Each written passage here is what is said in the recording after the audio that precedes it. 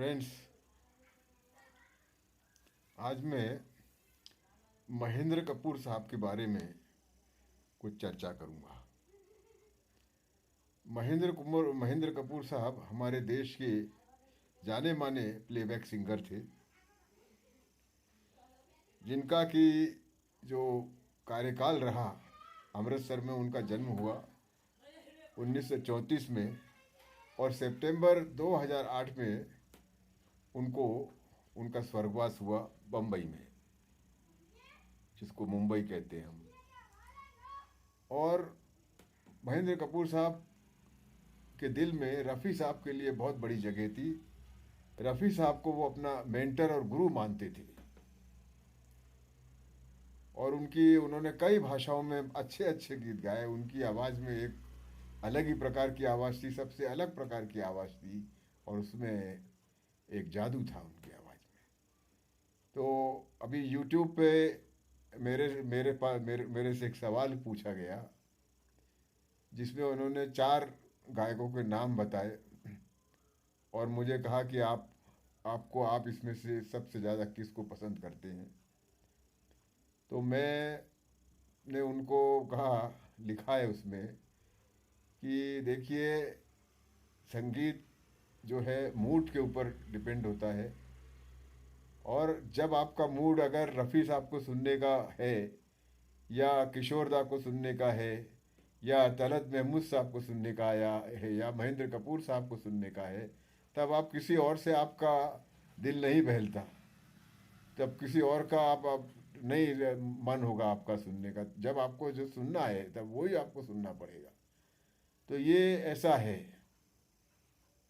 जैसे मिठाई सारी अच्छी होती है, आपका जलेबी मन खाने का मन हो और आपको कोई गुलाब जामुन दे दे तो आपको नहीं चलता, वो आपको जलेबी ही लगती है वहाँ। तो ऐसा एक है।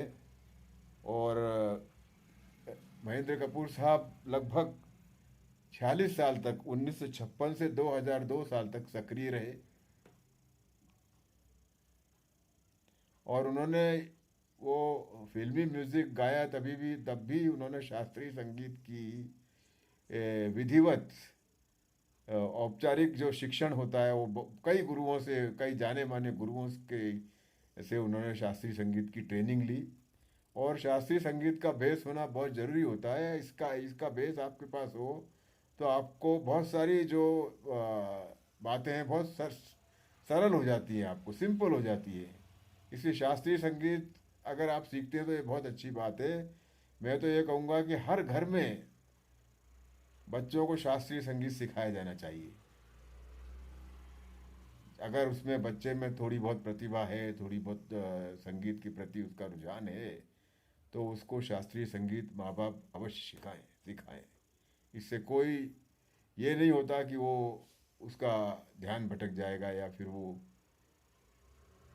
अपना और कैरियर नहीं कर पाएगा। ये ऐसा गलत सोच है ये। तो आज मैं उनका एक गीत, एक है, निकाह फिल्म का है, जिसको रवि साहब ने जिसका संगीत दिया है, वो गाने की कोशिश मैं करूँगा।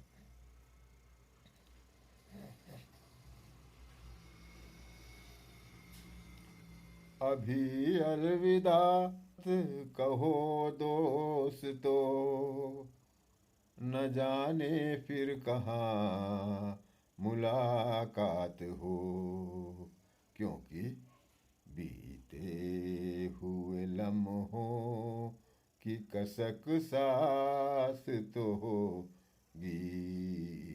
बीते हुए लम्हों की कसक सास तो होगी। ख्वाबों में भी हो चाहे मुलाकात तो होगी। बीते हुए लम्हों की कसक साथ तो होगी। ख्वाबों में भी हो चाहे मुलाकात तो होगी। बीते हुए लम्हों की कसक सास तो होगी।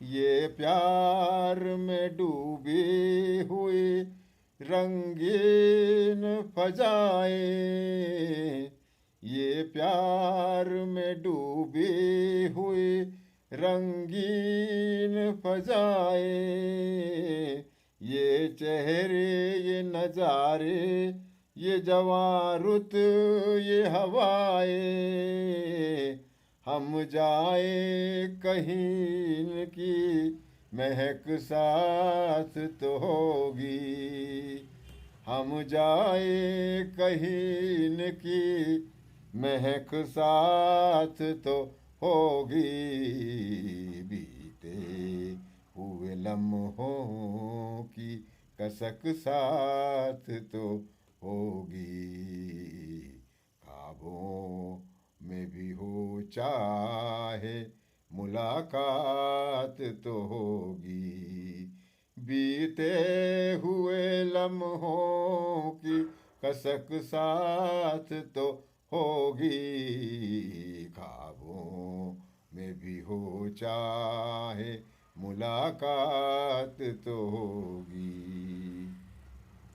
फूलों की तरह दिल में बसाए हुए रखना, फूलों की तरह दिल में बसाए हुए रखना, यादों के चिरागों को जलाए हुए रखना, लंबा है सफर इसमें कहीं रात तो होगी, लंबा है सफर इसमें कहीं रात तो होगी, बीते हुए लम्हों की कसक साथ तो होगी, ख्वाबों में भी हो चाहे मुलाकात तो होगी, ये साथ गुजारे हुए लम्हात की दौलत, ये साथ गुजारे हुए लम्हात की दौलत, जज्बात की दौलत ये ख्यालात की दौलत, कुछ पास न हो पास ये सौगात तो होगी, कुछ पास न हो पास तो सौगात हो तो होगी, कुछ पास न हो पास ये सौगात तो होगी, बीते हुए लम्हों की कसक साथ तो होगी, ख्वाबों में भी हो चाहे मुलाकात तो होगी, बीते हुए लम्हों की कसक साथ तो होगी, ख्वाबों में भी हो चाहे मुलाकात तो होगी, ख्वाबों में भी हो चाहे मुलाकात तो होगी, बीते हुए लम्हों की कसक साथ तो होगी। बहुत बहुत धन्यवाद।